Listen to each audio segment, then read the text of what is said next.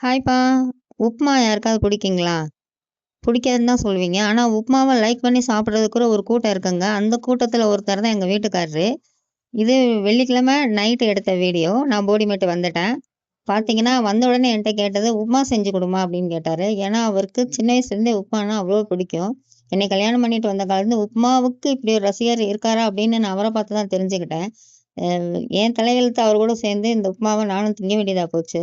என்னங்க செய்றது? வேற வழி இல்லாம அன்னைக்கு சாப்பிட்டேன். ஆனா, அவருக்கு உப்மாவுக்கு என்ன காம்பினேஷன் தெரியுங்களாங்க? Sugar with ஊறுகாங்க. எலுமிச்சங்காய் ஊறுகாய்.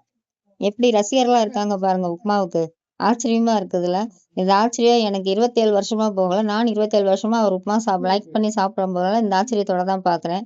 என் கரகம் இந்த கரக கும்பல்ல வந்து மாட்டிக்கிட்டேன்ற மாரி நானும் அந்த உப்மா தாங்க சாப்பிட்டேன்.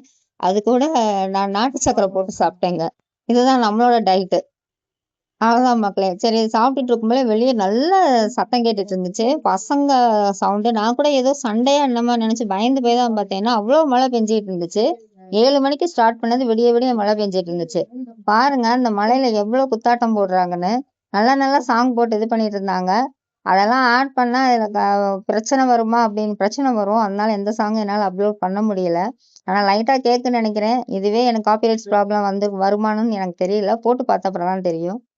ரொம்ப ஜாலியா அந்த மழைய என்ஜாய் பண்ணிட்டு இருந்தாங்க. மழைன்னா மழை மட்டும் இல்லங்க.